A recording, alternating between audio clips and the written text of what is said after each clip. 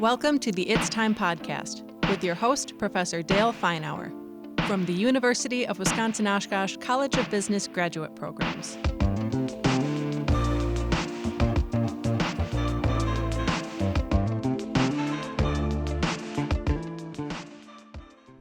Welcome to another It's Time podcast, a presentation of the UW-Oshkosh College of Business Graduate Programs. Once again, we're here at A.J. Armstrong Studios recording this podcast. Hopefully again today we'll throw some more fuel on the fire of your desire to learn more about how to enhance your leadership capacities. Today's another one of those days where you get me. This isn't a guest podcast. This is Dale reefing on about leadership and in particular about conflict and the role of conflict in leading an organization. We're going to think a little bit about historical views of conflict, how we viewed conflict in organizations, why I think that historical view is wrong. We're going to think about, is conflict a good thing or a bad thing in organizations? Think a little bit about how individuals respond to conflict, how people respond to conflict differently in different situations, and what we can learn from that to help manage conflict in an organization. We're going to think about how to successfully manage conflict in an organization, how to use conflict in an organization. We will think some about how to resolve conflict if it has become undesirable. Conflict. One of the things I would note is that I did do a TED Talk, Oshkosh TED Talk, why conflict is a good thing. So if you don't have time to listen to this, it's probably going to be an hour and a half podcast broken up into two pieces. Just find the 20-minute TED Talk and that'll be the summary of it. Let me talk a little bit though before we get started about the TED Talk experience. I have been very impressed with what happens when you do a TED Talk. When you do a TED Talk, you got 20 minutes. That's it, 19 actually, to do the presentation. I can talk about conflict for days. I do. We teach this in our executive MBA program, and we'll spend 3+ Saturdays, 4 hours a day, 12 hours talking about the role of conflict in leading an organization. Now you got 19 minutes. I have been very impressed in that experience, and it's reinforced other observations as I thought about it. The advantage of doing things short of being brief. Finding a way to boil it down to its essentials. So it's kind of a conflict topic. How do you deal with the conflict of making it short? How do you take this thing that you wanted to do and spend 2 hours talking about, you now have 10 minutes, you now have 20 minutes. It's your elevator speech. Interestingly, when I give assignments in class, I certainly no longer have a required page limit that says it has to be at least 15 pages. I think that's one of the worst things we ever did in educational systems to people in terms of learning how to write. Write something on your summer vacation, has to be at least 10 pages. My assignments go the other way around. Got to write a report. I want you to summarize, I want you to tell me all about boom, boom, boom, make a recommendation about this. You get no more than 5 double-spaced pages. I am convinced that when we try to do things short, it is harder to do that, but it forces us to get to the essentials. It reminds me of a quote that I particularly like, a line, I guess I should say I particularly like. Thomas Jefferson, John Adams had this great relationship when they were younger, a very testy relationship when Adam was president, and then Jefferson became president, effectively beating Adams, and there was real tension between the two of them. But later in their lives, they had this great correspondence and went back and forth. At the bottom of one of Jefferson's letters to Adams, he penned a little postscript. I apologize for the length of the letter. I didn't have time to write you a short one.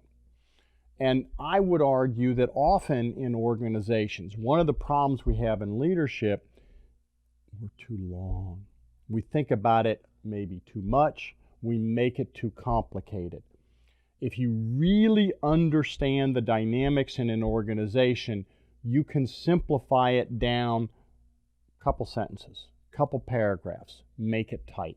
So it's a challenge I give you all when you're struggling with something and you're dealing with 20 different aspects of it. Can you boil it down to the essentials? All right, let's talk about conflict. which I will not do as short as I maybe have just suggested we should do. Historically, how have we viewed conflict? We viewed conflict in an organization as an undesirable thing. Historically, we in the business arena, in the business education arena, when we talked about conflict, we indicated that's a bad thing. If there's conflict in your organization, you're screwing up. There shouldn't be conflict. And back in the 70s, when I was getting my graduate education, 80s, the thinking was, okay, you have an organization, there's an organizational hierarchy.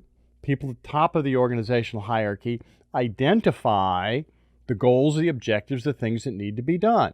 And you've got that traditional pyramid organizational chart.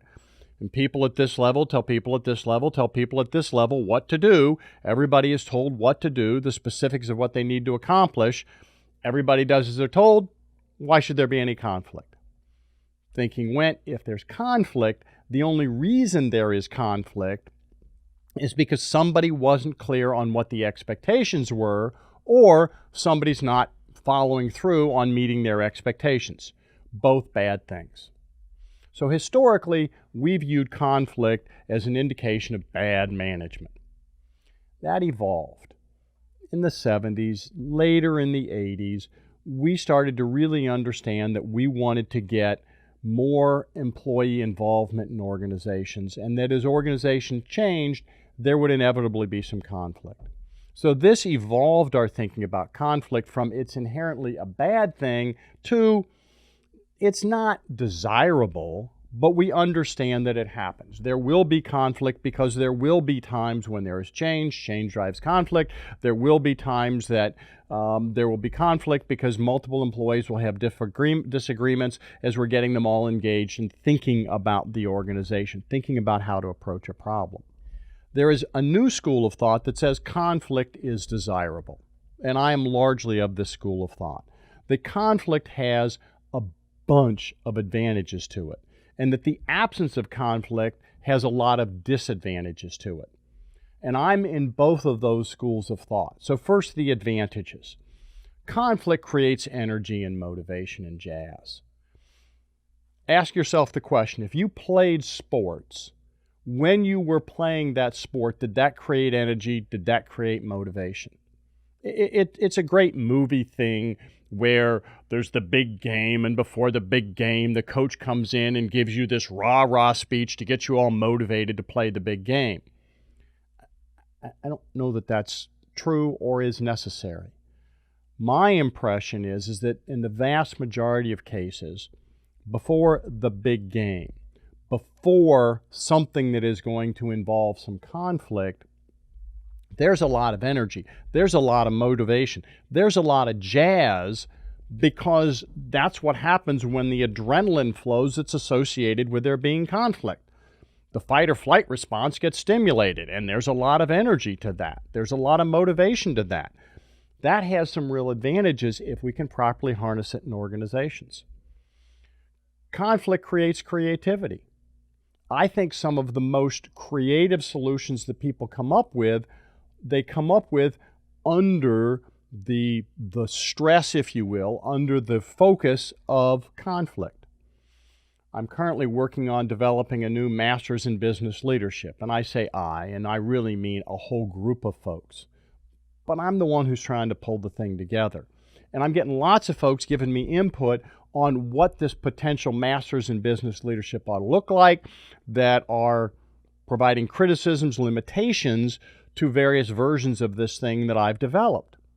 And every one of those versions creates a challenge. It's like, we don't like the fact that it doesn't look like this. We don't like the fact that it looks like that. Here's some aspect of it that we think is a limitation. Well, I could get mad at all of those, or I could creatively drop back and think about, okay, yeah, that's a legitimate point. That's good. How do I creatively modify the proposal to take into account that consideration? Now, sometimes you can't. Sometimes you got to go back and say, hey, here's a concern you had, and the answer is I can't figure it out. But it certainly can motivate creativity. Conflict can increase group cohesion. If there is a group of folks that as a group are faced with conflict from an outside entity, if you will, that tends to increase the cohesion of the group. I've never been in combat. I've effectively never been in the military. But my understanding from talking to folks who've been in the military, and particularly folks who've been in combat, is that in some ways it is the most cohesive activity they've ever engaged in. That folks who have had to suffer through the horrors of being in conflict have also experienced some of the greatest unity within a group of individuals. That it's possible that conflict can be very disuniting. We will talk about that. But conflict and the threat coming from the outside driving that conflict can be a great source of creativity and a great source of cohesion within the group. We all need to work very hard together to overcome this obstacle. It can open up communication. When there is conflict, if properly managed, individuals are communicating more. They're talking about what their limitations are, what the concerns are, what their frustrations are about a scenario. Again, if managed well, conflict can increase ownership of the decision. I participated in the decision making. I engaged in some conflict around this decision. I believe that I was heard. I believe that I had impact. I believe that the thing that is being proposed reflects at least some of my considerations and my concerns. I now have more ownership of that because we've been able to have this discussion, this debate, and move on. I would argue that in many relationships, having had conflict strengthens the quality of the relationship. I was talking, this was actually before the podcast, with Tim Bergstrom, before he did a podcast, and he talked about the fact that at Bergstrom, they've learned and they focus on recovery from a mistake. Conflict is a great way to build customer relationship.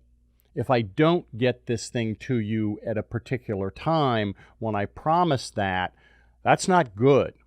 We didn't get the oil sealed properly when we did the oil change, so oil leaked on your garage floor. If we can recover from that well, we do a good job of we're going to take care of that problem in a way that if anything is above and beyond, that conflict, instead of creating division, creates more unity, creates more ownership of the situation, creates a greater feeling of connection within the organization. Interestingly, within the United States government, we intentionally use conflict in a number of situations. And I think those situations and how that plays out is interesting. For one thing, in national security, we used to have scenarios, if you go back to the Kennedy administration, where the President of the United States got a single unified suggestion on a national security issue. For example, the Bay of Pigs. When President Kennedy was getting advice from the best and the brightest, it's a wonderful book, with regard to do you or do you not invade Cuba with these exiles that the CIA had trained, everyone pretty much said yes. There were people who maybe had a little mild hesitation, but basically all of his advisors said do the deal. And it turned out to be a disaster. And when they analyzed after the fact what happened and what went wrong, a number of people talked about what their reservations were that they hadn't talked about before the deal went down. Now what happens in national security is conflict. There is always conflicting advice. The President of the United States does not get unified advice from the National Security Group. Everybody says, we ought to do X. No debate about it. X is the answer. This is what you should do. There's always debate. The Israelis have a rule. If 10 Israeli generals get together and all 10 of them think the answer is A, one of those generals is assigned to make the argument that A is a bad idea. The argument being that in these national security decisions, it is too important to allow what we call groupthink to occur. We need to have a dissenting voice. We need to have multiple perspectives because the reality is we make better decisions after conflict. One of the huge advantages of conflict is that it does improve the quality of our decision making. Now, not only does that happen in national security issues, it also happens in our court system. If you think of the criminal and the civil property rights questions that are adjudicated by our justice system, those are fundamentally resulting from a function of conflict. Attorney comes in from side A and makes the argument this contract is enforceable or that this individual is guilty. Attorney comes in from side B and makes the argument, no, I don't think this contract is enforceable. Here's why. I think this person is innocent. Here's why. The two sides fight. They debate. They have conflict over what the right answer is. And a judge or a jury, listening to that conflict, then come to the conclusion of what the right answer is. National security, our judicial system are both predicated now on conflict is essential to making really good decisions. So the argument is conflict is not only desirable, but conflict is in effect necessary for a healthy organization. If you don't have conflict, if you never fight about the right answer, you got a problem because you're going to get groupthink. You're going to get the group moving as a herd, and sometimes those lemmings will move in the good direction, but sometimes they will make mistakes, and then you're going to be all in on the mistake. So you have to find a way to encourage conflict in your organization to debate important issues and challenges within the organization. So conflict, I am convinced, is an important, inevitable thing in organizations. You want to have conflict. Having said that, can conflict be a bad thing? And the answer is absolutely yes. And I'm sure a number of you are thinking, well, wait a minute, he's talking about how wonderful conflict is. I can remember conflict that I was in. It was an absolute disaster. It was terrible for the organization or for individuals in a non-work relationship. Absolutely. Conflict can be, in the terminology of the conflict arena, functional or dysfunctional. Dysfunctional conflict is bad. Dysfunctional conflict is conflict that reduces a team's ability to get things done. So the nature of the interaction between individuals on the team, instead of resulting in better decisions and more cohesion, and we're better at making a decision, we result in an answer that has greater support from the team, somehow that conflict reduces the team's ability to get things done. It can result in crushing an individual. The individuals, as a result of the conflict, feel beat up on. They feel less willing to participate in the team. They go and hide in their hole. They want to dive. They want to get away. They're tired of being beat up on, and they're trying to escape from an unhealthy work environment. Absolutely, that can occur. Conflict can devolve into what we call win-lose thinking. Ideally, we want to engage in win-win analysis. Player A wants one thing, player B wants another in the organization. They're not on the same page. All right, well, let's think about how can we think about what player A wants? How can we think about what player B wants? How can we get the best from both worlds? It's one of the things we talk about in leadership. Should we focus on taking the hill, the mission, etc.? Should we focus on empathy and taking care of the employees, the troops, if you will, using the military analogy? Well, if you focus too much on A or too much on B, you run into a problem. And if you are so much on all we're worried about is taking the hill and just no longer concerned about people's well-being, people are going to feel crushed. They're going to want to leave. They're not going to want to engage in win-win thinking. They're not going to try and figure out, how can I get what I want, what I think is important for the organization, and also figure out how to get as much of what person B wants. This other person, they got a different solution than I have. They're looking at this thing differently. They're taking a different vantage point on this. How do I drop back, take a deep breath, learn from them, and how can we come up with a solution that incorporates the best of what one person wants, the best of what another person wants? How can we engage in win-win thinking? And arguably, dysfunctional conflict moves us from win-win thinking to win-lose. I want to win, and I want to see you lose. I ask the question of you in terms of sports. When you are watching a sporting event, is it always the case that you're rooting for team A to win? Or are there some teams you root against, and you just like watching that team lose? Because You don't like the team. You don't like the coach. You don't like one of the players.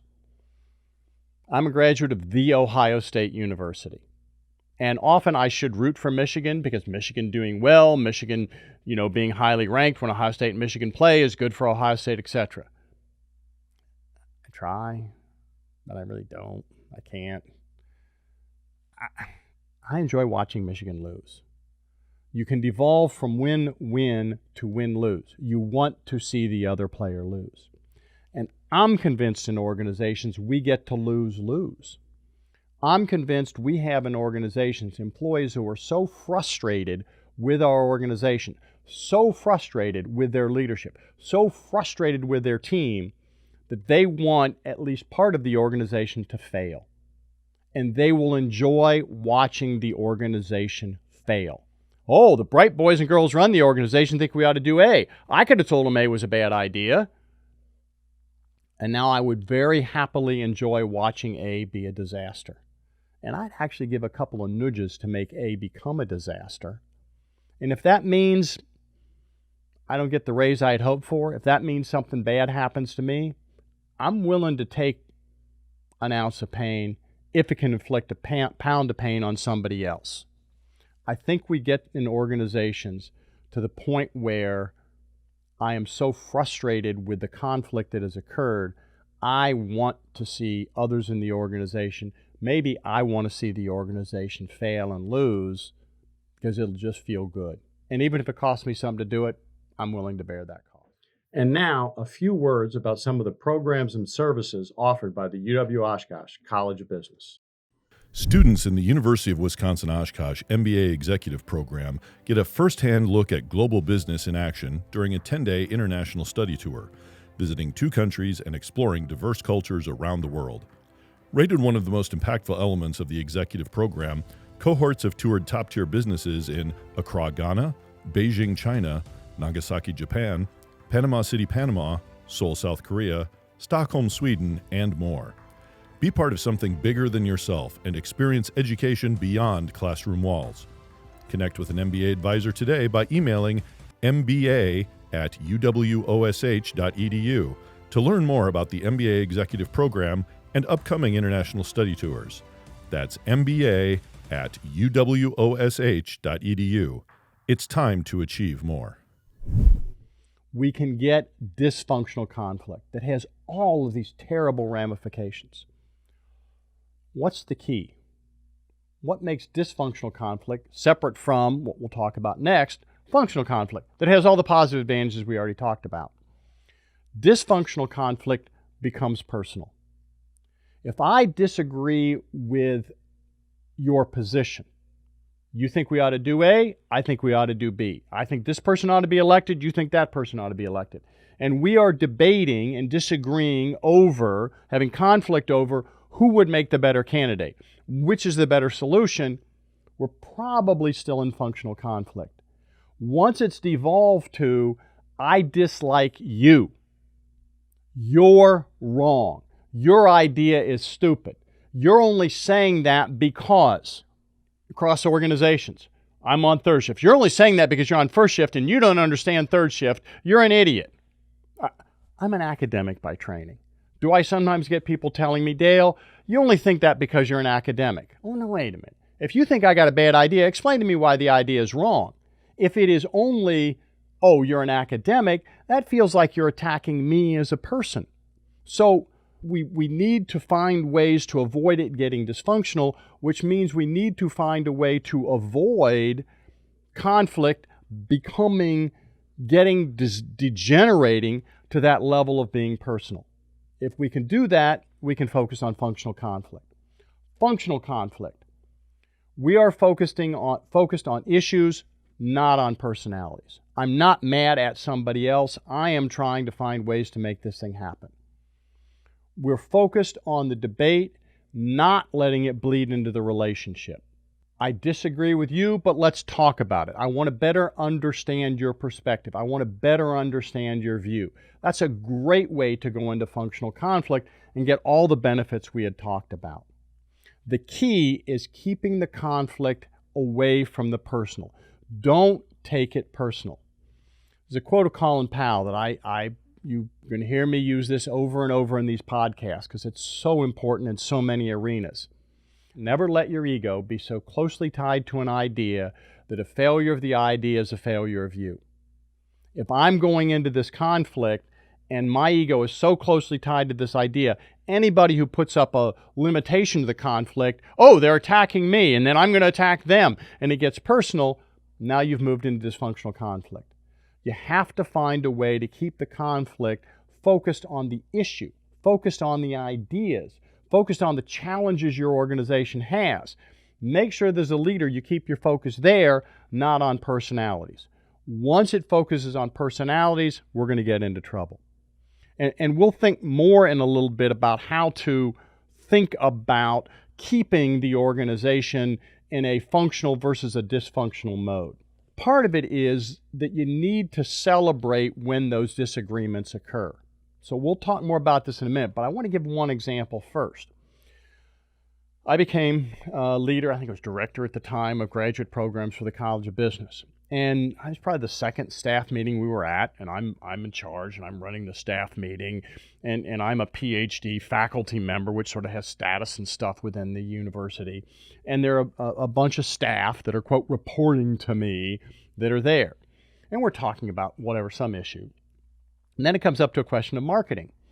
And I suggest to the group, maybe particularly to our marketing person, that we should put more focus on promoting the faculty in our marketing. And I'm explaining why I think this is a good idea, this is important, because the faculty are what makes the difference, and that's why people go and get their degrees from us, is because we have great faculty, et cetera, et cetera. One of the staff, Tara Larson, wonderful employee, looks at me and very respectfully, very appropriately says, Dale, I think you're wrong. I don't think that's what we ought to encourage focusing on in our promotional material. I don't think folks go to the University of Wisconsin-Oshkosh because they believe we have good, bright, creative, compassionate faculty. I'm listening. She goes on.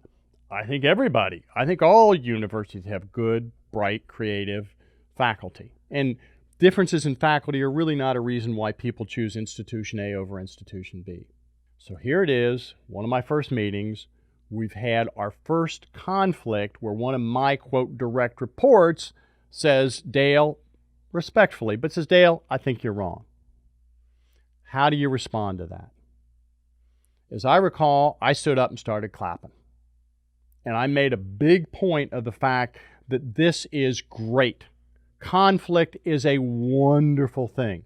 As a leader in an organization, you need to be finding ways to promote conflict is a good thing, and you're receptive to it. You as a leader would far prefer to have somebody come to you and say, hey, Dale, I think you're getting ready to do something that doesn't make sense. It's going to be a mistake. I maybe don't want them to use the term, but you're going to be getting ready to do something dumb. Let's talk about it. I'd far rather have that than somebody come to me and say, Dale, I think you just did something dumb. But I'd even prefer that than they didn't say anything at all and I just did something stupid and didn't realize it. You need to find ways to encourage your people to it's okay to challenge you. As a leader, you need to be strong. You need to be aggressive. You need to be assertive. You need to be in charge. But you need to do all that within the context of still letting people, I think this is not the right answer and let's talk about it. That's a balance that's very important for people to find when they're figuring out how to be a leader. Particularly a challenge for you young leaders. You have to be in charge, but you also have to be willing to listen. And balancing those two can be a difficult challenge. But let's think a little bit about responses to conflict. And then we'll get back to how we structure conflict in an organization to make it work. How do we respond to conflict? The literature on this, when you read and you think about how people respond to conflict, there really are two questions about how you would respond to a particular conflict. One question is, how assertive are you? How strongly are you stating your position? I think this is the right answer. This is why I think it's the right answer. Let me articulate what I think the answer is, why I think it's an important answer. That's assertive. And you can be highly assertive, you can be highly unassertive. You could be highly cooperative, all right, let's try and figure out what a solution is. Let's all work together. Let's find a way to compromise, make this thing work. Or you could be relatively uncooperative. I've explained what I want. If I don't get what I want, I'm going to go away mad. Or at least I'm not going to cooperate with this solution. You can be highly assertive, highly unassertive, highly cooperative, highly uncooperative. And this effectively makes a 2x2 grid because you can be any combination of these. And what I'd like to think about here for a minute is each of these four possibilities and why that occurs. And I want to put the focus on the why, because some of these are better in organizations than others, and one of them in particular is very frustrating for leaders. But I don't think people generally fall into one of these four camps and that's just what they do because that's who they are, personality. There's some of that. But I think much more so, it's a function of the environment. There are the good tests you can take that determine how much you're competitive, how much you're assertive, how much you're unassertive, how much you're collaborative, how much you're uncollaborative in dealing with conflict. My experience has been you take that questionnaire and you do it in environment A, you're going to have a different answer than if you did it in environment B. And so we're going to have to think about that as we go along. And that means that the environment really drives a lot of how people respond to conflict.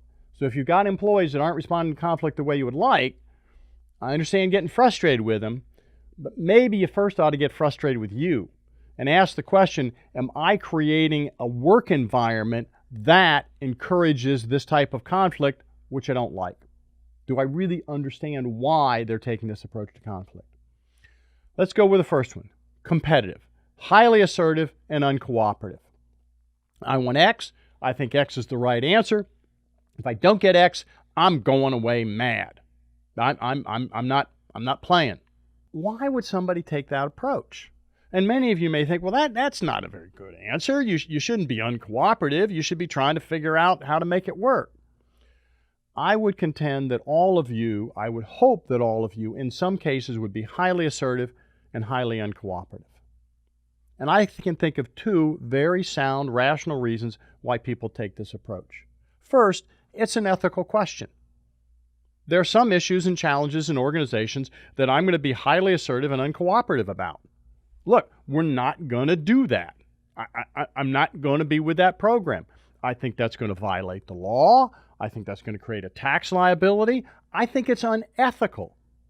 I'm not going to support, under the contract we could do that, but that's not really the understanding we have with this customer, with this client, with a supplier, with whoever.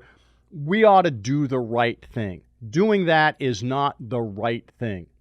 And there ought to be some things in life that you are committed enough to because they're the right thing that you say, no, I'm not going to do that. I can't be supportive of doing X because I just don't think it's the right thing to do.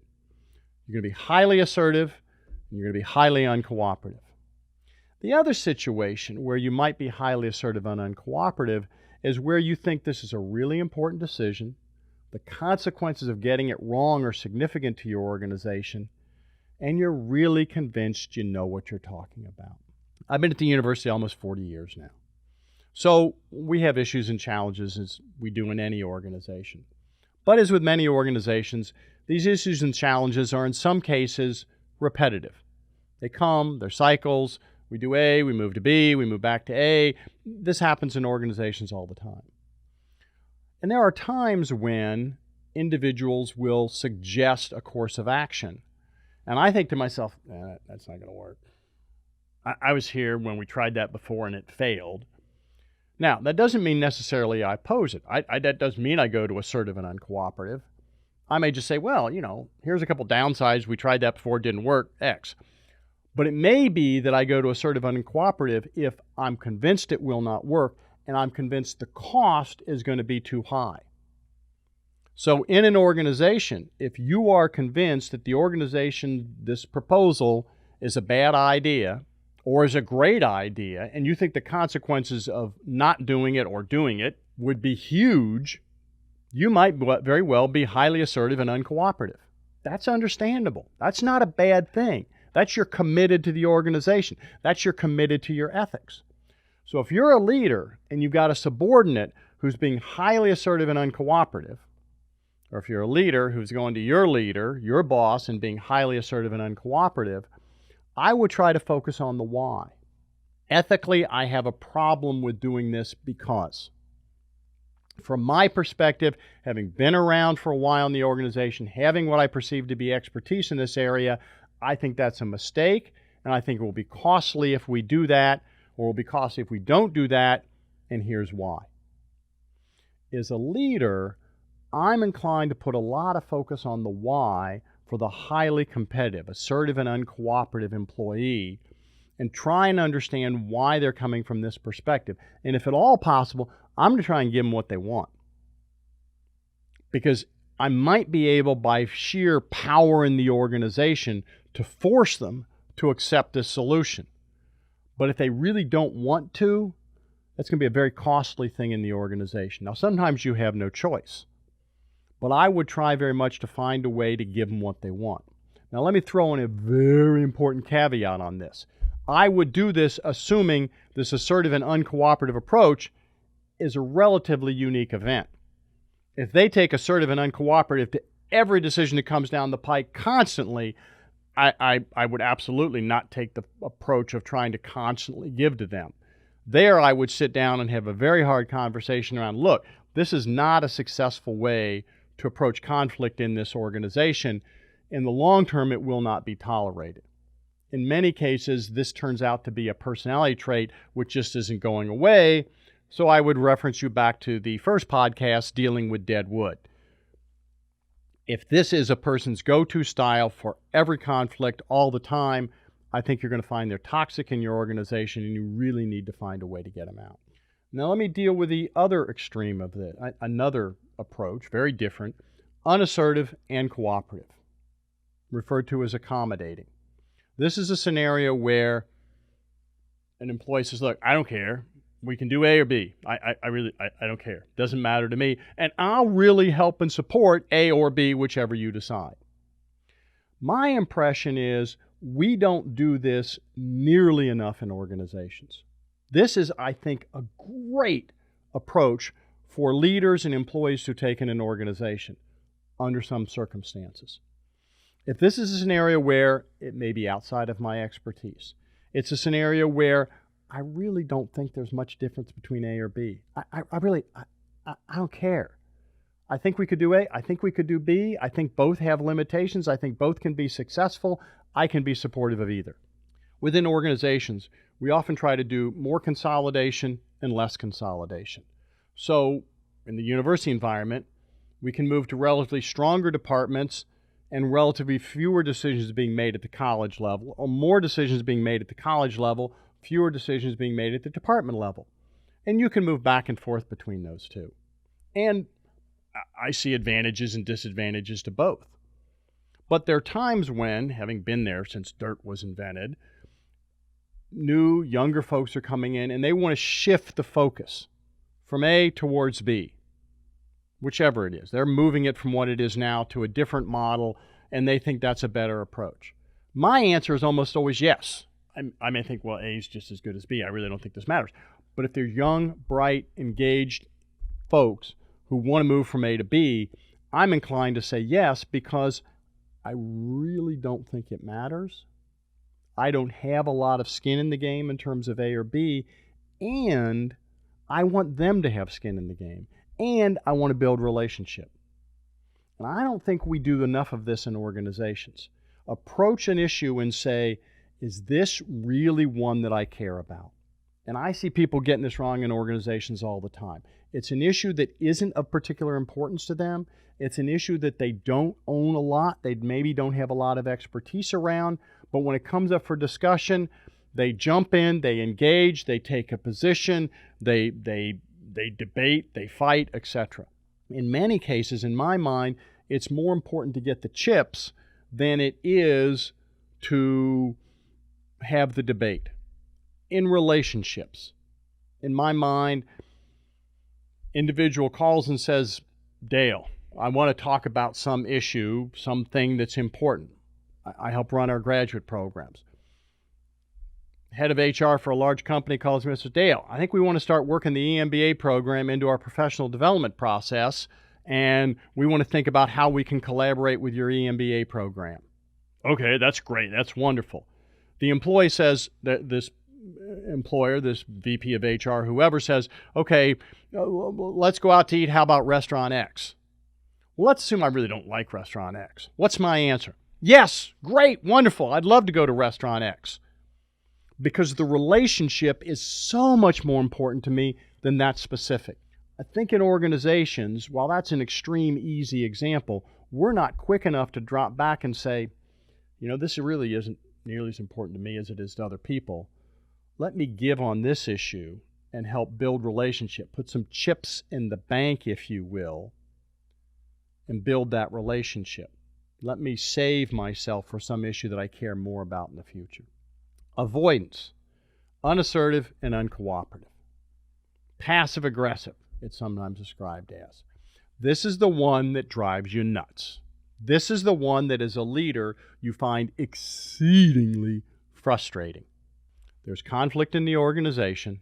We're maybe making a change. You go in, you explain to people, okay, we're thinking about making this is a change, this is a new direction, this is the approach, any feedback, any comments, any analysis, and the employee just sits there. No reaction.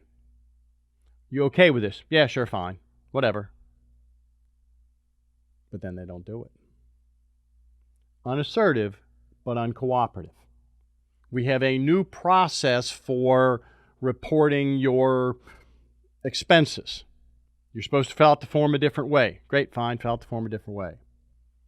But then when they get the form, they keep filling it out the old way. The employee who doesn't fight with you about the change, but also doesn't make the change happen. This drives leaders nuts.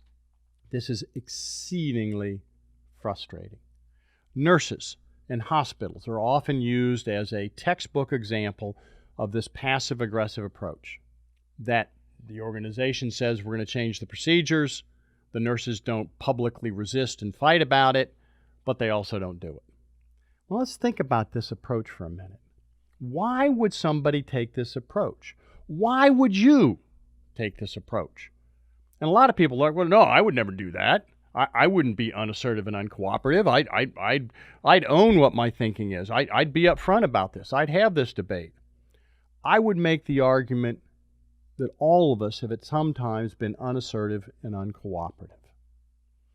And I would point to this question. When you were a kid, did you have a curfew? Was there a time you needed to be in? My guess is for many of you, you had a curfew. Well, were you necessarily going to debate with your mom, your dad about what that curfew should be? So you wanted to stay out later than curfew.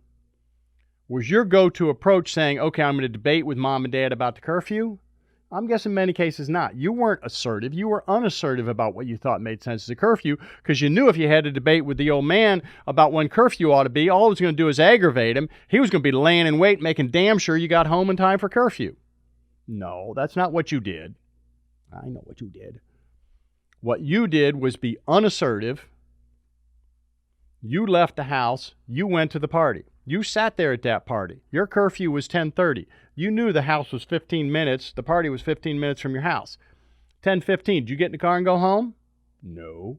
You stayed at the party. Came home late. Unassertive, uncooperative. I believe all of us, under the right set of circumstances, will be unassertive and uncooperative. Now let's think a little bit about why. And I think for organizations, the why is very important. I believe there are two big reasons why people are unassertive and uncooperative. Reason number one, I do not believe we could have a useful discussion, debate on the topic. I didn't believe I could sit down with my father and have a discussion about what was a reasonable, from my perspective, curfew time. I didn't think that would be productive at potentially moving the needle, so I dodged the conversation.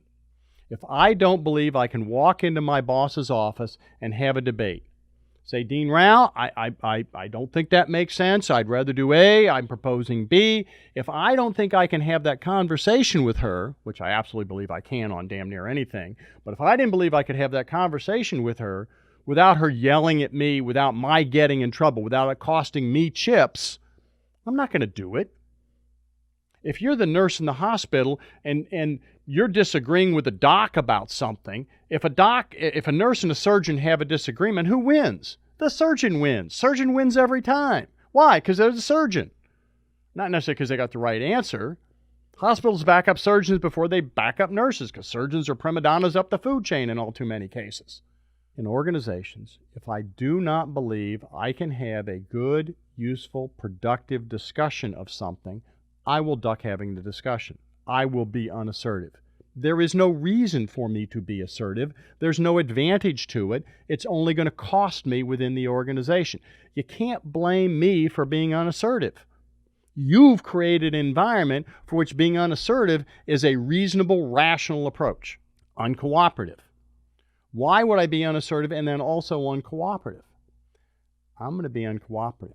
I'm going to ignore that rule if I am convinced that it ain't ever going to make any difference. I don't think you're ever going to know if I don't follow the rule. And even if you know I don't follow the rule, I don't really think there's anything you're going to do to me. I don't think you're going to bust me for coming home late for curfew. I think I can make it home and make it upstairs and go to bed without my mom and dad ever knowing I'm home late. My dad slept soundly. My mom would wake up, but we had a little system. She would turn on the porch light before she would go to bed. I would turn off the porch light when I came home. Mom knew I was home, so Mom would just wake up. As long as the porch light was out, I was home. Life was good. My younger brother, around the time that my curfew was, would go downstairs and turn off the porch light. I could come home later. I was confident Mom wouldn't know that I came home late because the porch light was off. Life was good. I knew I could beat the system. I thought I could beat the system. And even if you got busted, it wasn't going to be that big a deal.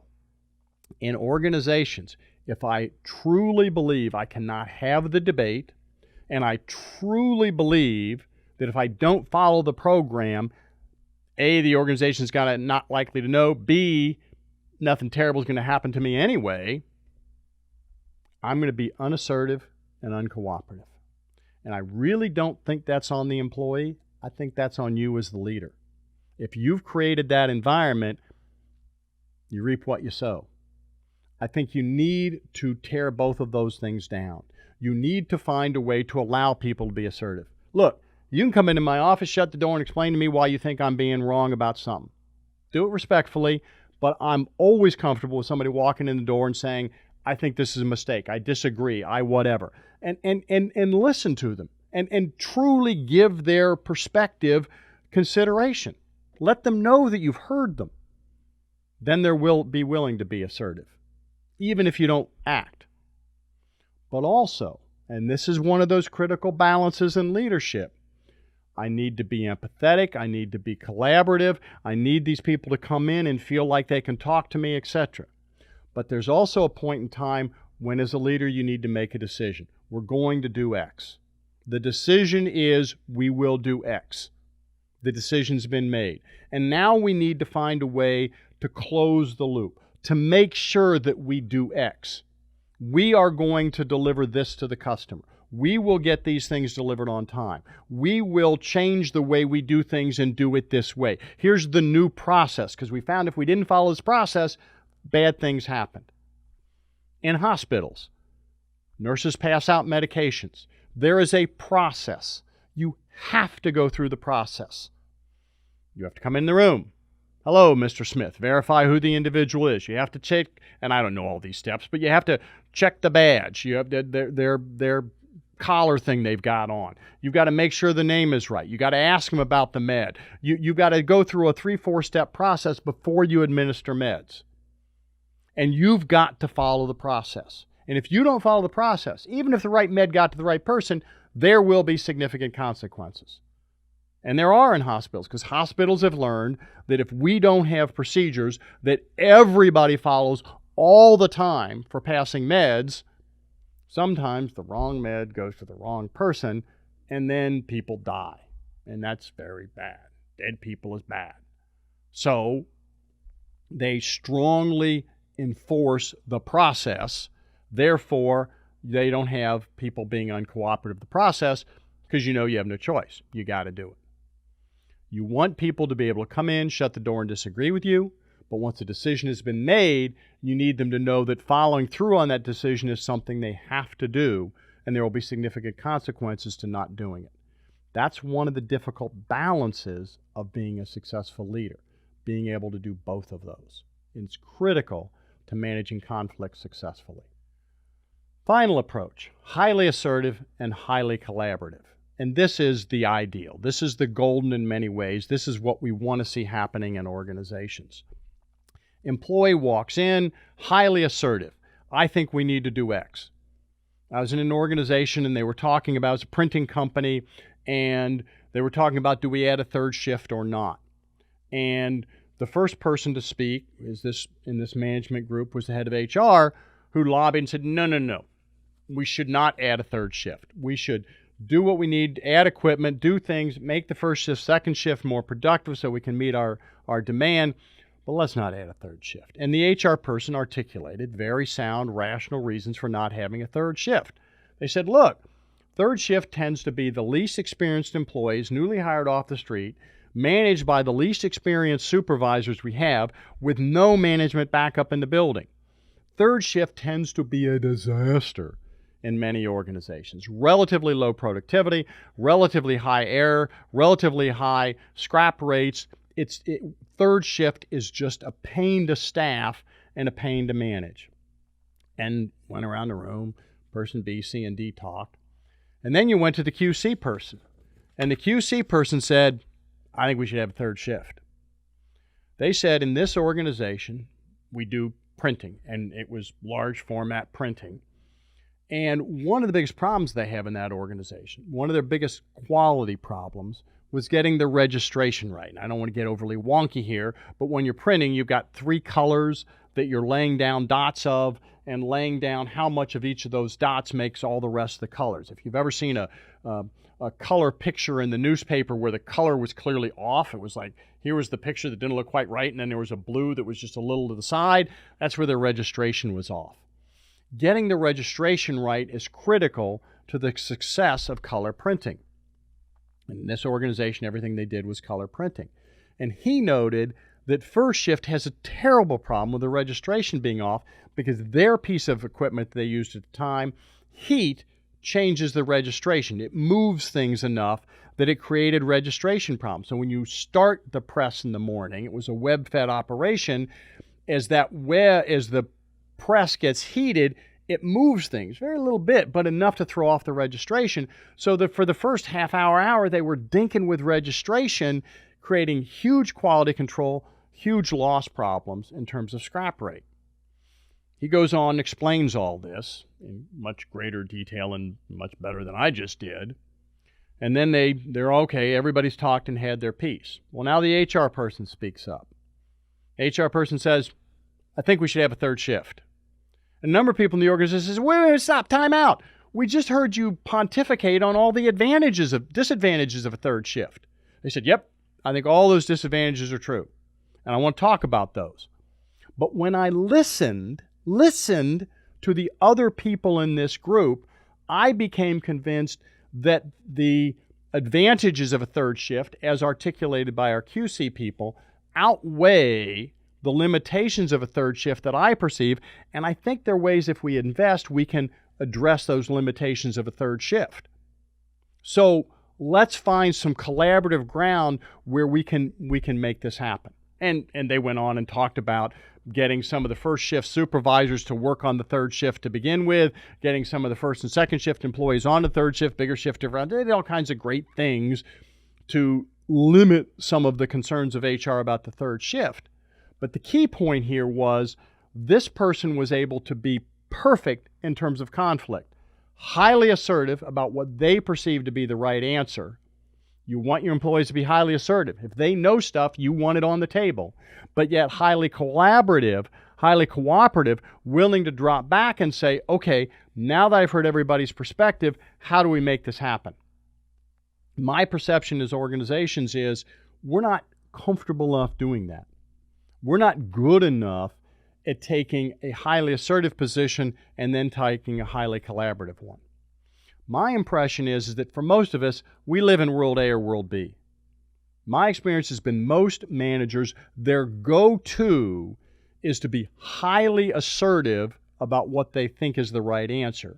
Others of us are highly collaborative and highly good at finding common ground. The great leaders are one who can do both, and the ones that can elicit both out of the other folks in the organization.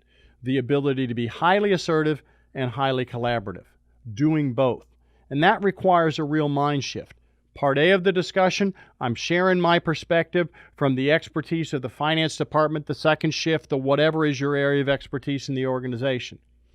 By the second part of the discussion, I'm now trying to listen to what everybody had to say, consolidate that, and think of a solution that is going to take the best of all of these and combine it to get a really good answer.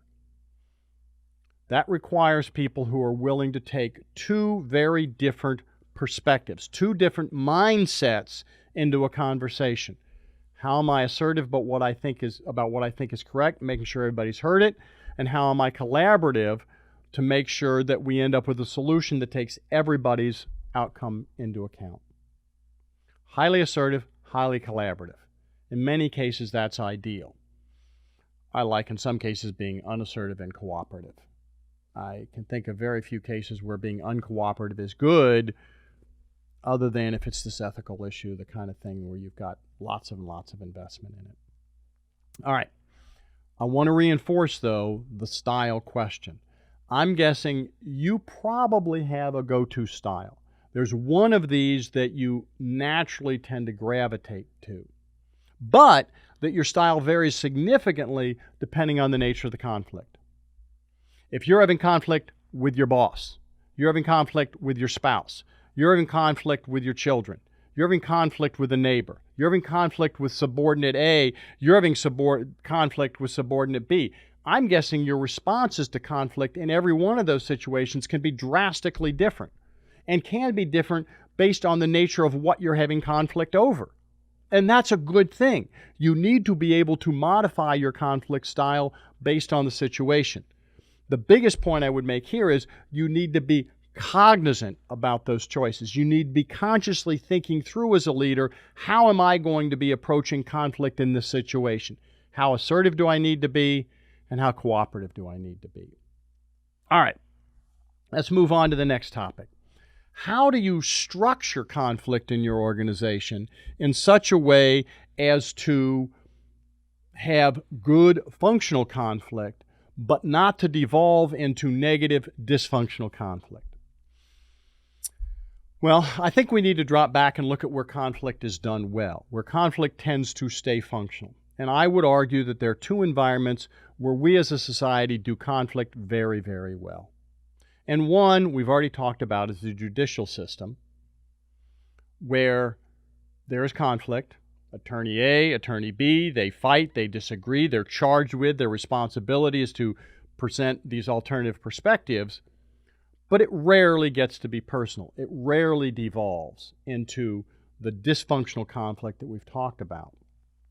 Second arena where I think we do a very good job of managing conflict, and we've kind of talked about this already, mentioned it, is athletics.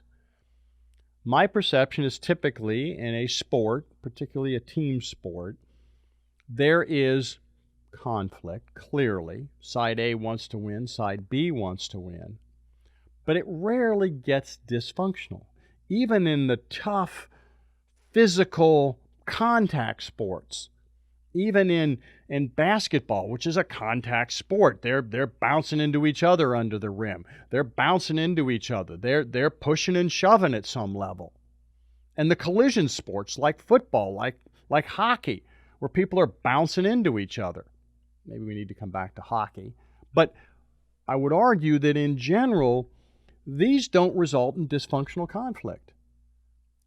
You can watch, as you're watching a football game, Green Bay fan, Aaron Rodgers, game's going on, Aaron Rodgers gets sacked. it's not uncommon. He gets sacked, and the guy who just knocked him down, Rodgers is giving him a pat on the ass as he's getting up, or as he's gotten up.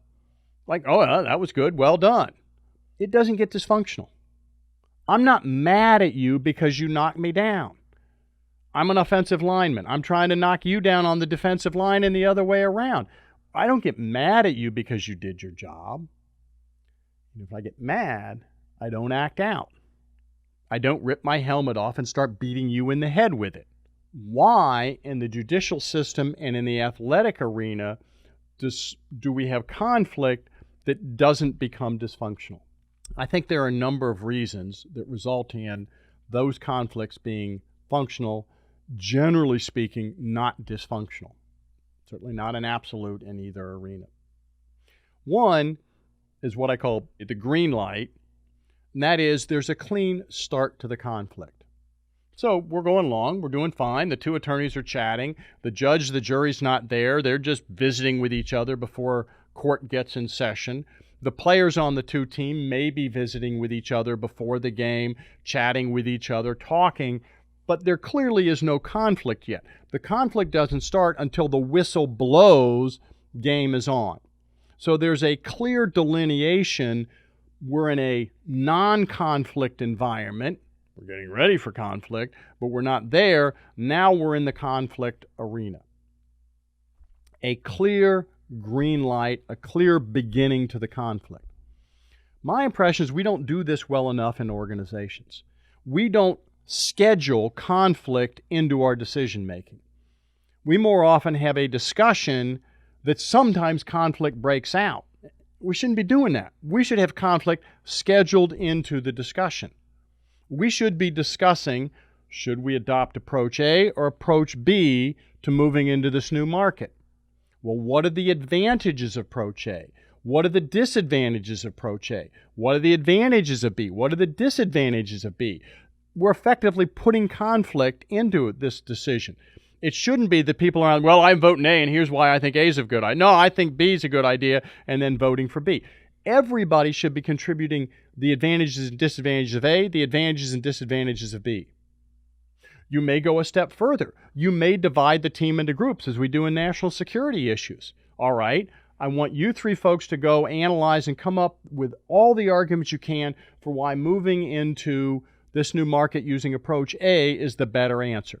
You folks, I want you to come up with all the arguments for approach B. And you group over there, try to come up with something else. Come up with some other way that we could go into this new market. And then we're going to come back together and we're going to have a debate. These folks are going to argue for A, they're going to argue. I don't care if you think A is a mistake or not. What you think is the right answer is irrelevant here. I want you to be the attorney arguing for the client is innocent, even if I don't think he is. I want you to be the attorney arguing for the contract's enforceable, even if you think the weight of the argument is probably on the other side. I want you to make the best possible argument for A. I want you to make the best possible argument for B. I want you to make the best possible argument for something else. Conflict doesn't break out at a meeting. Conflict is scheduled in the meeting. We know that it's going to happen. There's no reason to take it personal. If I'm a proponent of A and you're arguing for B, I shouldn't get mad at you because you're arguing for B. You were assigned to B. You're doing what you were charged with doing when you made the argument for B, effectively made the argument you think B's better than A. Conflict shouldn't break out. When it breaks out, it's much more likely to feel dysfunctional. It's much more likely to feel personal. Instead, you write it into the decision. It's part of the decision-making process. We are now going to debate this issue, and as a result, much less likely to be dysfunctional. And now, a few words about some of the programs and services offered by the UW-Oshkosh College of Business. University of Wisconsin-Oshkosh Master of Business Administration program is powerfully positioned to help you advance your career.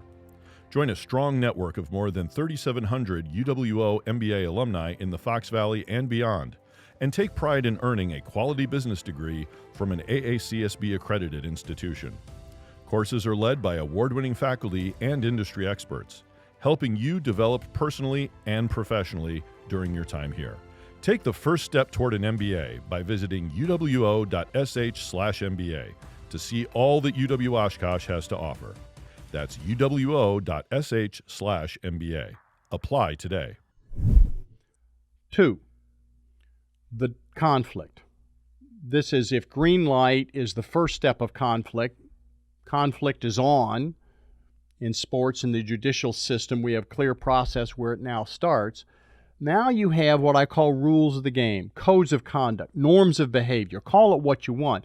But there are rules around how this conflict will play itself out.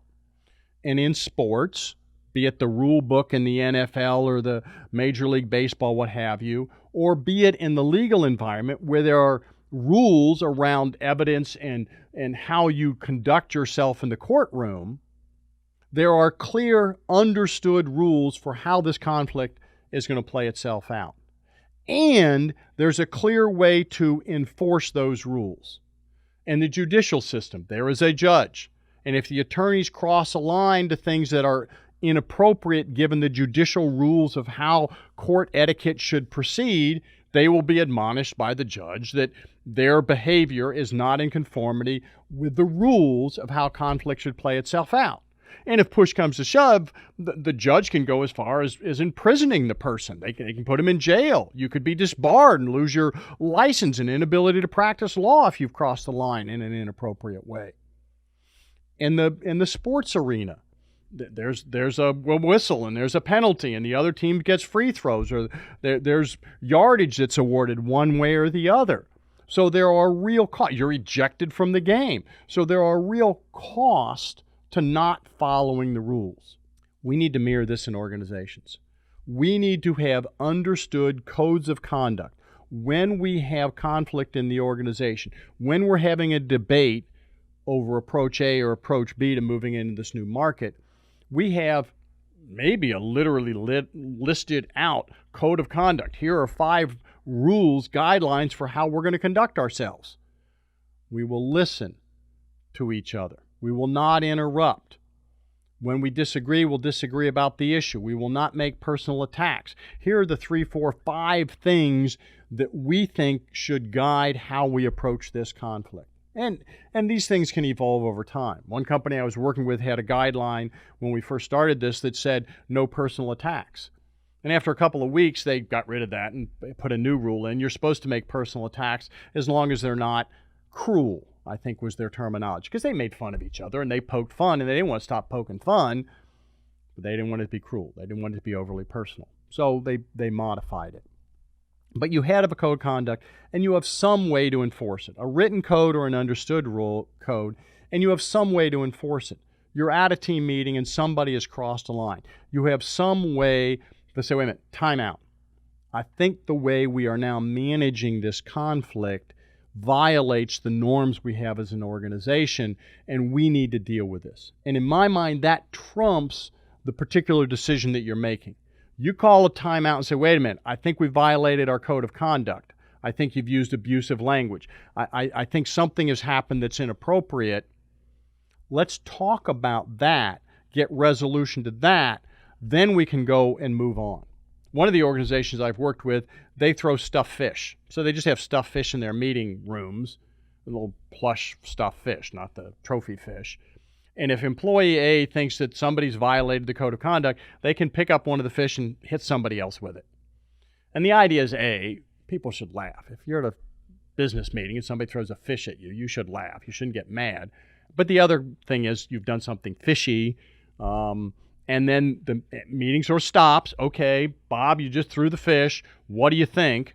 What's your concern? And then there's discussion. Yes, no, there wasn't a violation of code of conduct. What do we do about it? We sort that out. Once we get that resolved, then we go back to the focus of the meeting. My perception is organizations need to have a good code of conduct, which is understood, written or unwritten, but an understanding of how we fight, and they need some way to enforce it. I would contend that most of you that are in successful marriages, successful relationships, have a code of conduct. That there are disagreements that happen in a marriage. That's just the way it works. But you have found ways to have that conflict, to have that debate within arenas that avoid it getting dysfunctional. There are things that you're not allowed to say, things that you might think, but you don't say, you don't cross the line, because that's not how you fight. And you have to have found a way to disagree successfully, to have functional conflict, or else a marriage doesn't work. You're never all going to be always on the same page. That ain't going to happen. And you can't just have one person who says, well, I'll just tell you what the answer is, because the other person, in my perspective, would be dominated, and that would not be healthy or fair. So you need to have green light. Conflict is on. You need to have yellow light. Here are the bounds and the rules around how we have conflict, and you need to have some way to enforce that conflict. And you need to then have red light. You need to have a clear understanding of now the conflict is over. This is a problem in organizations. I see conflict in organizations dragging on and on and on. And that becomes dysfunctional. We're going to the third meeting to discuss approach A versus approach B. We've already had this discussion. We haven't gotten to consensus. Since we haven't gotten to consensus, we're going to keep talking about it. And now I'm getting annoyed. I know what you're going to say before you say it. You know what my counter is going to be before I say it. So we go through the ritual of having this debate again, and it doesn't move us forward. No. Clear end of the conflict. There needs to be a point where you say, this is over. As the leader in the organization, if there's a group, reports to you, they're having debate, we're getting perspectives, all this debate back and forth, you've had good, assertive perspectives from all of the individuals, they've worked collaboratively to try to come up with a solution, but they haven't come up to a solution. There hasn't been a consensus decision that you think makes sense. At some point, you as the leader need to say, stop, time out, got it. I think I've heard everybody in the room, and you may echo back what everybody has said to make sure everybody understands that, yes, you understand their perspective. Let me think about it. I'll get back to you. You go back to your office, you think about it, you do whatever analysis you need to do, then you walk into the next meeting and say, here's the answer. We're going to do B. We're going to take approach B to moving into this new market. I think that's the best answer. I've understood parts of A. Maybe we're just doing B. Maybe there's a modified version of B. This is what we're going to do. And at that point, there is no more debate. There's a great scene in the movie Dances with Wolves, where if you remember the movie, this is a Kevin Costner movie. He's in the cavalry, Civil War days, but he gets shipped out to the Indian lands, and he gets to a fort that there's no fort, and he's trying to make the fort there by himself, and he really starts living with the Indians. He gets very connected to the Indians. And he's with the Indians, and the Indians are now seeing more and more settlers coming into their territory, taking their land, taking their territory, and there's a meeting with a bunch of the Indians having a discussion around what should we do in the face of this. Do we just move further west? Do we fight? What do we do? And there's this robust discussion and debate. And then this old guy, who's clearly the guy, and I don't know if the movie is at all accurate to Native American lore, to Native American dress, but he's dressed, costumed in a way that certainly makes it look like he's the guy. And he says, well, I think we should do bum, bum, bum. And then very humbly and very quietly he says, that's all I have to say. And what did he really just say? His words were, that's all I have to say. But as soon as he said it, everybody else got up, left, and went about their business of proceeding with what he had said. Because when he said, that's all I have to say, what he really said was, that's all anybody has to say. I have now made the decision, and we are moving forward. In organizations, there comes a time when somebody has to make the decision. Allowing the debate and the conflict to drag on is only going to result in that conflict becoming dysfunctional. At some point, a leader in the organization needs to stand up. My responsibility, my authority, we're going to do X.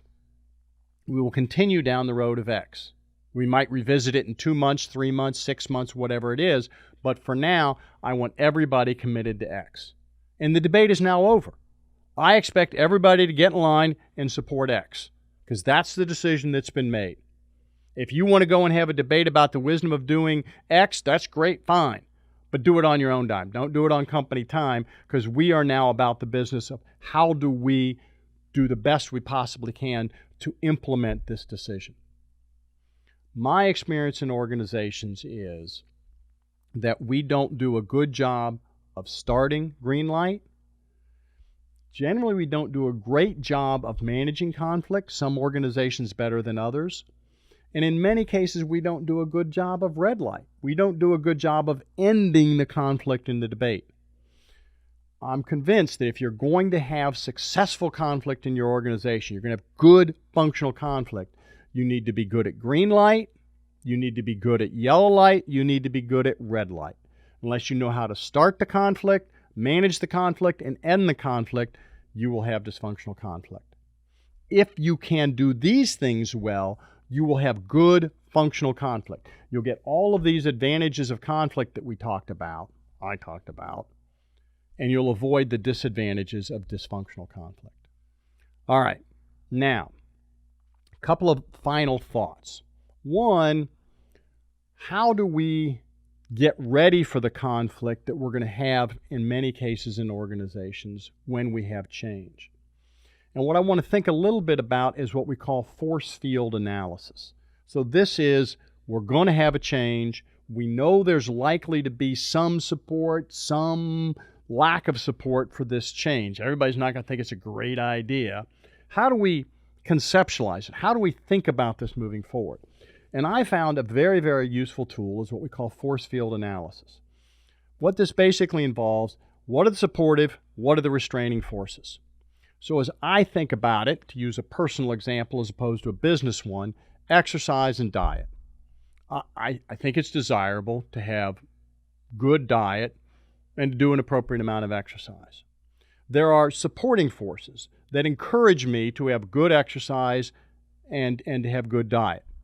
There are restraining forces that discourage me from having good exercise and good diet. In an organization, what you want to do is you want to list those out. So if it's a wellness program, we want to encourage exercise and diet.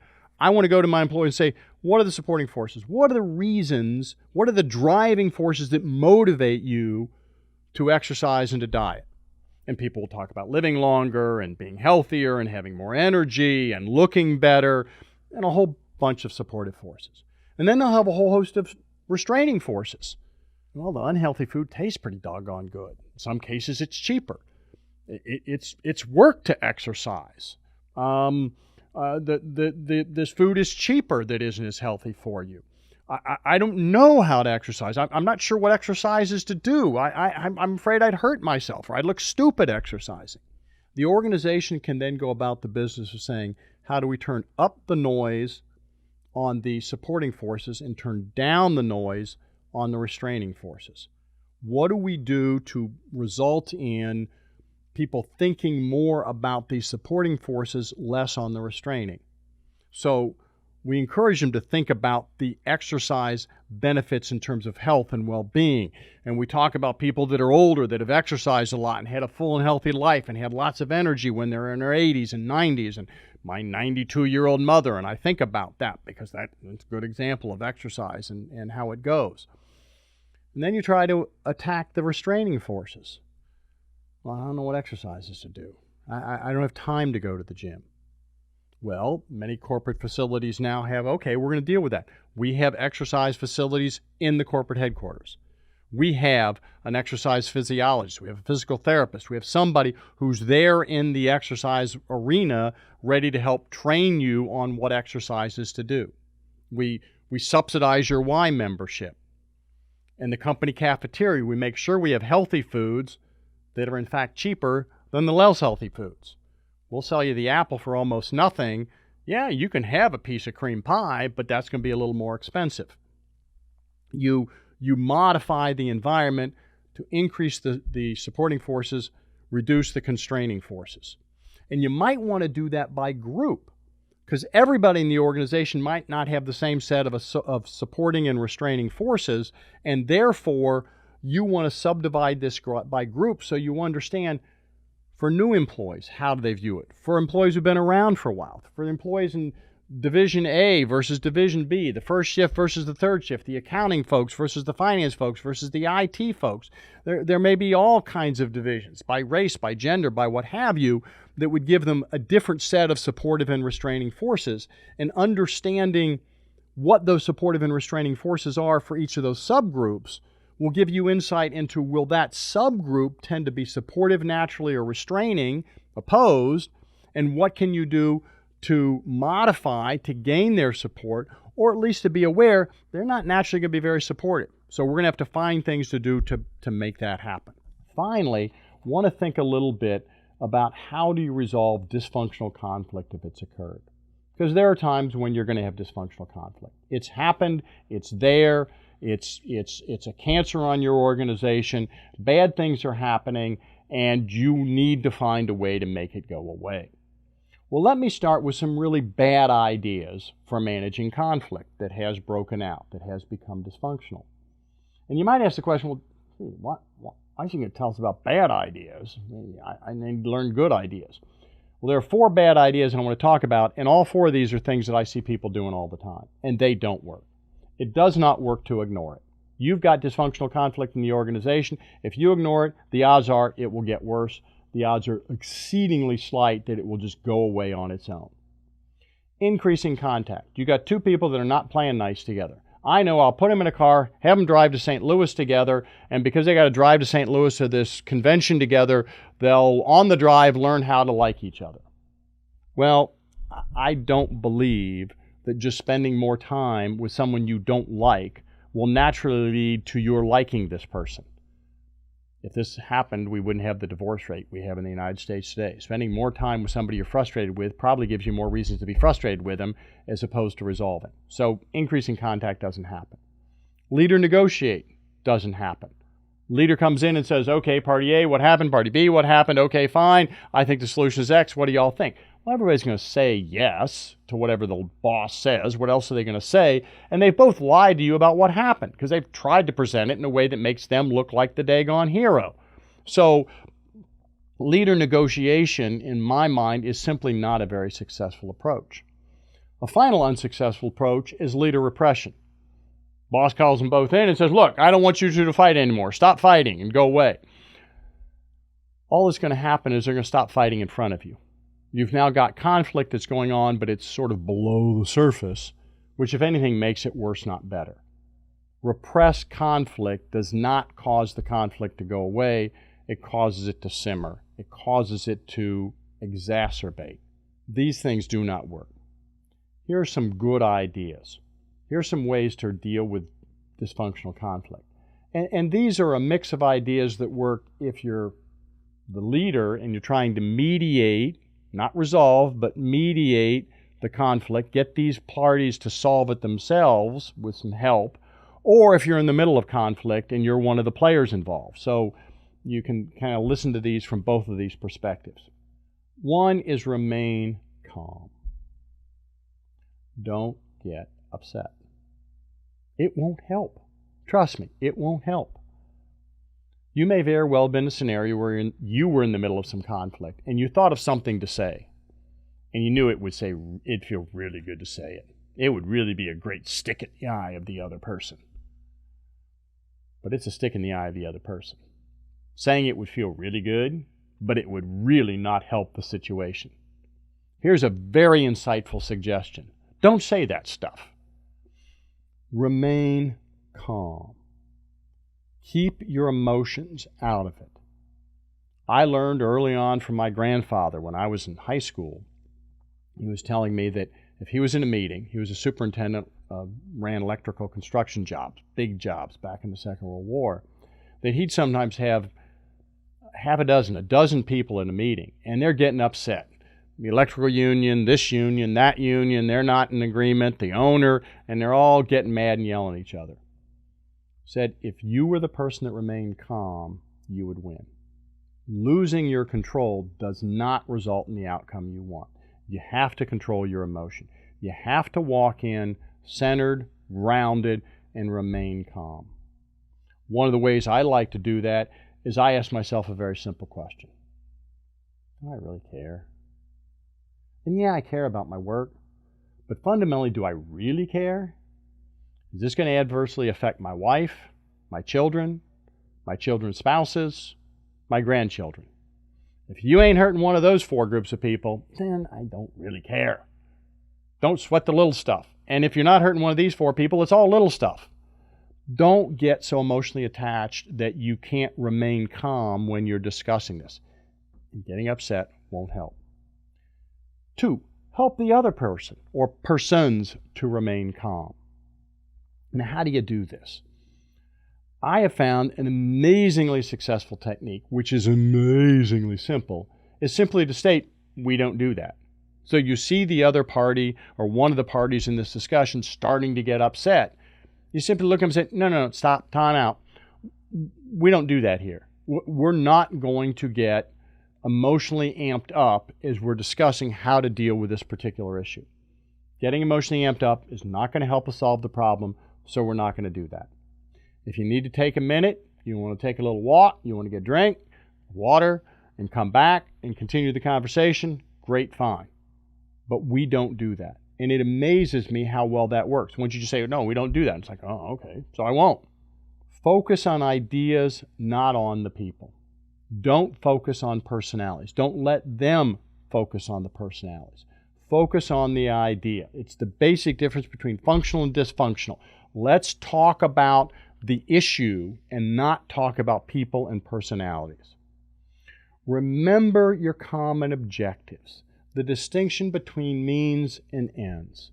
And I believe this is a distinction that we don't spend nearly enough time reminding ourselves of. In our society today, it is very common and very considered insightful to note that we are a highly divided society and people are at each other's throats and we're more divided than we've ever been before and there's all this division within the country. Well, yes, no, I'm old. I remember Vietnam. I remember Martin Luther King's assassination. I know people are upset at each other. I know you got people that are this side of the political spectrum, that side of the political spectrum, they get all upset. But that's not new. We don't have riots in the street. I really don't think the division is all that bad. More importantly, I am totally convinced it's a means-end question. If I ask the question, the people on this side of the political spectrum, do they love their country? Do they love their spouses? Do they love their kids? Are they basically good people that want to do good things and make the world a better place? Yeah. What about the other side of the spectrum? Do they believe all that stuff? Yeah. I don't care which side of the political aisle you're on. I believe the vast, vast majority of folks want to make good things happen. They disagree, maybe extremely disagree about the ends to make it happen. But if we remind ourselves that we are disagreeing about ends, not about means, it makes it less personal. It allows us to drop back and say, okay, I think this is a better way to get this outcome. In this organization, we want to find a way to increase the profitability of the organization, gain market share, and create a great place for people to work. We all agree that's the objective. I think we ought to do it by introducing this product. You think we ought to do it by taking the products we already sell and moving them to a different market. Different means to the same end. As long as we're agreeing we're after the same end, it's less likely I'm going to get upset with you for having a different means to the end. I'm convinced that reminding people of shared ends in mind reduces the angst that comes from recognizing there are differences in means. Diversity. Appreciating diversity. I don't think we approach diversity right yet in our society from 2 perspectives. I think we need to be broader in our identification of diversity, and I think we need to be having a different goal. Diversity, very broadly, whether you're talking race, sex, gender, sexual orientation, you've been in the military, you haven't been in the military, you've lived all your life in Wisconsin, you're from accounting, finance, marketing, HR, all of the diversities you can think of, I'm convinced are hugely valuable to an organization. Too often we talk about tolerating diversity and understanding and accepting diversity. In my mind, that's way too low a bar. from a conflict resolution perspective, we should be celebrating diversity. If I've got a team that is made up of people that are all like me, well, that's terrible. First of all, can you imagine a team of 10 Dales in a room? That would just be painful. But beyond that, what am I going to learn? I know the stuff I know. I need people in the team that are different from me. I don't want to build a team of people that are like me. That's repeating what I've already got. We need to increasingly relish in the diversity. The fact that you disagree with me on the right means to achieve this end should not be something that I get frustrated about. That should be something I should celebrate. How do I use that? How do we get to a better final product, a better final approach, because we are using diversity of perspective to result in an improved decision in the end result? Related to that is mutual respect. The more that we respect the other people we work with, we think of them as fundamentally good, competent individuals, the less likely you are to get upset with them when you disagree. They're smart, they're creative, they're caring, they're compassionate. Kind of hard to get mad at them just because they have a different approach to solving a particular problem.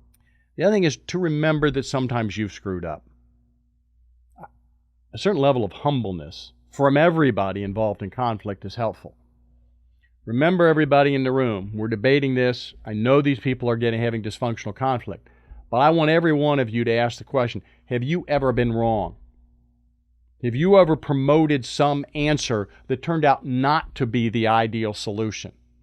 All right, in theory, consider the possibility that in this particular case, you might be wrong.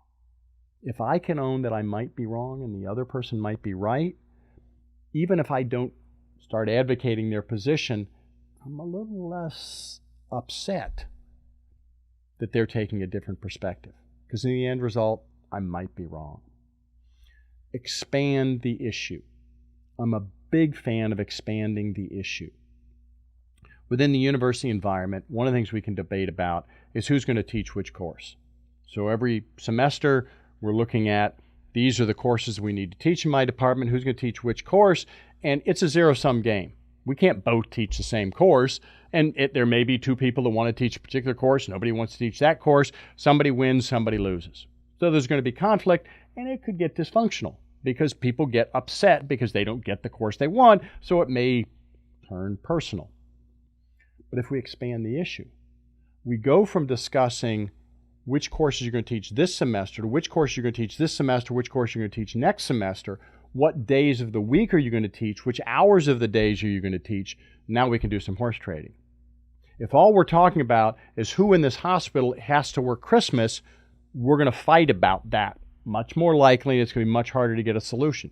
If we take all of the holidays of the year, now we can start doing some discussion and some trading and some back and forth. Well, yeah, I can work Christmas. My kids are all grown. They're out of the house. The grandkids are at a distance. So sure, I'll cover Christmas so you folks can have Christmas off. But Thanksgiving is really big to me because that's a family thing, and we always watch the football games and lots of family traditions, so I'd really like to have Thanksgiving off. 4th of July. 4th of July, this is not true for me. 4th of July, the in-laws always come over, and they spend the weekend for the 4th of July. Yeah, I'll work the 4th of July weekend. So it could be that people are willing to do some trading if you expand the issues. If you only give them one topic, much less likely. Another thing is give them control. Don't go to them and say, okay, these three parts of the organization, everybody propose your budget to me, I'll look at the budget and I'll decide how much everybody gets. No, I'm going to decide the total number, I'm going to give it to the various parts of the organization, and y'all are going to have to figure out how you're going to split it up across these three different capital projects that we're going to be utilizing. And if you can't decide, I'll decide, and none of you will probably like my decisions. Give people control over the thing they're debating. Give the 5 nurses control over who's going to work which holidays. Don't have them all give a shtick to me on what I want, and then as a leader, I identify who gets which holidays. They're all going to get mad at you. Give them the authority, give them the power somehow to make the decision. Give them ownership of the source of the conflict. And finally, reduce fear of failure. People are much more nervous about conflict. They're much more likely to get personal about these things if they feel like, if I get this wrong, somebody's going to be in trouble. And now we're going to fight about who screwed it up. It's the old story. You can try and fix the problem, or you can fix the blame, but you don't get to do both. If you're fixing the blame, if we have to know who was at fault for this mistake, and we're going to focus on finding that person and making them pay, you're never going to figure out who was at fault, and no one's going to be willing to talk about how to fix the system, how to fix the problem. Don't focus on fear, focus on solving the problem. I'm hugely convinced that if in your organization you move conflict from a bad thing to a good thing, and you focus on how do we use conflict to enhance the quality of decision making in your organization, you will have a happier organization, you will have way less dysfunctional conflict, and you will be a more successful organization. Thank you for listening to this podcast. If you have any questions you'd like us to approach in any of these leadership podcasts, please let us know. Shoot me an email, Feinauer, Feinauer, @uwosh.edu, with any suggestions you have, any questions you'd like us to be addressing in these leadership podcasts. Thank you.